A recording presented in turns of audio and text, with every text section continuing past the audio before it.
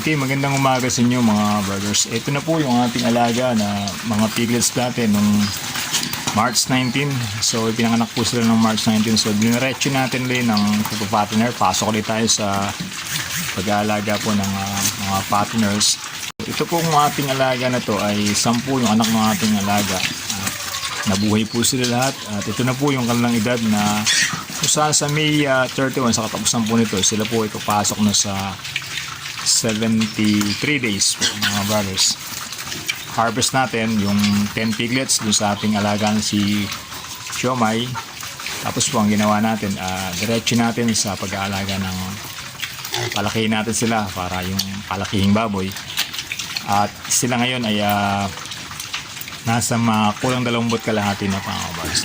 Ang stage natin ng pagkain sa kanila, sila po ay nasa starter na. So at least bigyan natin sila ng 700 grams bawat isa.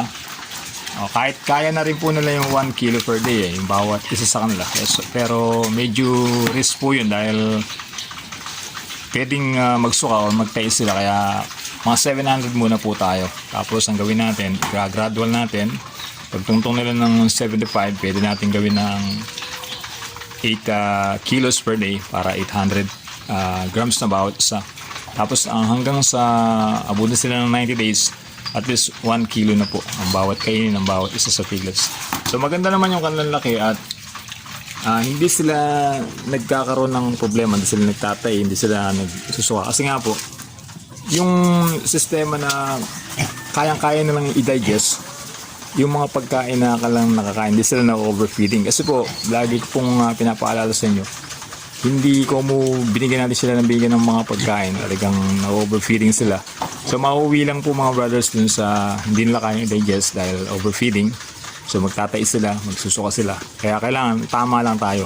At least yung mga ganitong edad po, kung sila ay nasa 75 days or 65, 70 ganyan, at least doon tayo mapasok sa 700 grams per day ang bawat isang alaga natin. Tapos i-gradual na lang po natin.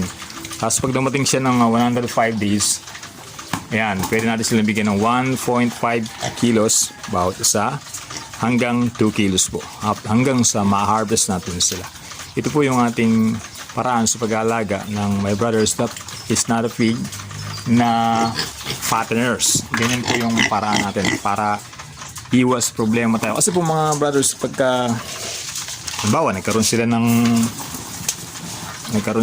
sakit, nagkaroon sila ng pagtatay or pagsusuka, ang mangyayari siyempre tatamlay, maapektuhan yung kanilang kalusugan, maapektuhan yung kanilang katawan. So maraming feeds ang ating ibinigay sa kanila, pero dahil na nga hindi na-digest, ang nangyayari, kasakit pa sila. So apektado yung pag-aalaga natin ng ating mga alagang baboy.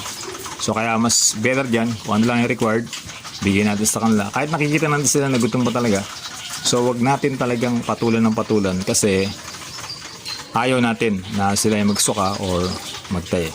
Pero maintain lang natin yung malinis sa tubig. Ayan, katulad po niyan, lagi natin silang pagkakumakain. Kasi po medyo hindi pa sila sanay doon sa nipple drinker na nakakabit sa atin. Medyo mataas pa po kasi para sa kanila. Hindi tayo nakapag-assemble nung medyo mababa sa age nila. Pero na konti na lang po, naaabot-abot na rin nila. Yung vitamins natin, hindi naman ganong mahal yung ating mga vitamins. Meron naman po mga mumurahing vitamins na mga sachet. Bili lang tayo noon.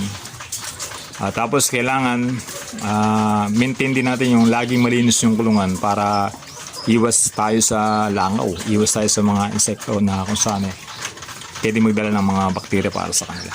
So yun lang mga brothers, at maraming salamat po sa umagang ito. Ingat kayo mga brothers, subscribe nyo po yung ating channel, My Brothers Not a Pig.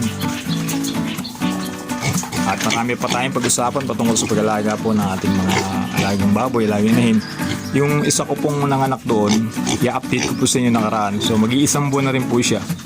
So 10 yung kanyang naging anak at maganda po yung breed natin ikinabit sa kanila. At makakakuha pa tayo doon ng pwede nating mga gawing mga breeders po. So blessing po mga brothers kasi dati po, di ba, dalawa lang yung alaga ng My Brothers Not a Pig na breeder. So ngayon meron na po tayong 3 na inahin. Yung tigtig tayo na isa, nakaayos na rin po dun sa last vlog ko. Tapos, buntis din siya. This coming July, so mga anak yung ating alaga. Ito po yung pangatlo nating inahin. Kung saan ay last year doon natin siya kinuha sa anak ni Siopaw. Dito naman, meron tayong nakitang isang maganda na pwede rin natin gawing inahin. Maganda yung tindig, mahaba yung pangatawan, tapos maganda yung kanyang mga binti. Maganda yung kanyang mga suso. Nakita ko nasa 14 ang kanyang buhay na suso. So yun lang mga brothers. Maraming salamat sa inyo. God bless po mga brothers. Thank you.